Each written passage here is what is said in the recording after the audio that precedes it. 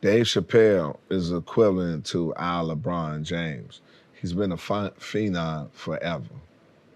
When he got in the business at 14, 15, 16 years old, the industry loved him. I remember we was in Montreal. Montreal Comedy Festival is equivalent to the Netflix. Netflix Ain't a Joke Festival. And that's where all comedians go to Canada, Montreal, Canada, and all the industry come up there and see the new talent and give out development deals for TV shows for the upcoming season. Dave went up there, and when I tell you, after he got on, he could have been on the Food Channel. He had like 19 offers. He has always had development deals. So he has always been our LeBron James, a phenom. Right. From an early age. So when it comes to that, especially such as people myself is, we already knew.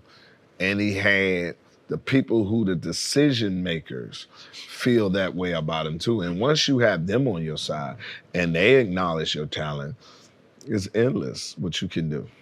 And that's why the rest of us as comedians have to give it to him. You going up there trying to get one deal with ABC. He got ABC, NBC, CBS, TNT. He can go wherever he wanted to. He put you on. He said, Yes. You know what? I want you to do a show for Netflix, and I want to produce it. Yes. Have anybody in the industry shown you as much love as Dave? Put it this way, not at this result, with this result, but Chris Rock is. Yeah. Did for me, put me on Everybody Hate Chris. Yeah, you the uncle. Yeah, I'm the uncle. Kevin Hart has. Yeah. He made me the flagship for his radio show. Heartbeat. DL has. Many has, but none of them had the weight to do it the way Dave did. And he was courageous enough to say, I know this motherfucker is a force. And he's been a force for a while. And I'm gonna go ahead and put him out here. If none of the rest of y'all not gonna do it. Because all my peers been knew this. They seen this. They just didn't feel that they wanted to invest in me at that time. That's the thing. Because I mean, what I think is funny and what somebody else think is funny is entirely two different things. True. I look at you. I look at Ced the Entertainer. He's been in movies. Ced too. He had, TV shows. DL had a TV show. I mean, there's so many guys. What's funny to Quake? I mean, because as a football player, I know a good football player. Everybody ain't good. I don't care what the entertainers, what the commentators say. I don't care what's being written. Football players know good football players. Basketball players know good basketball players, so forth and so on. I love honesty. Are you true to it? If you up here talking about, man, weed too high and you don't smoke, who wrote that? Or will you steal it? Right. Honesty, authentic, and you don't patronize to the people. That's why, again, with Corey Holcomb, this is me and you're gonna accept it. I'm gonna win you over. This is what it is. That's what's funny to me, the courage of it. Because you up there by yourself. And I done seen many of comedians, like 2 or 3 minutes that don't work, and you can see they change all the way. How do I succumb to you so you can like me? But a true comic, like, fuck you. This is funny. You're lucky I'm here.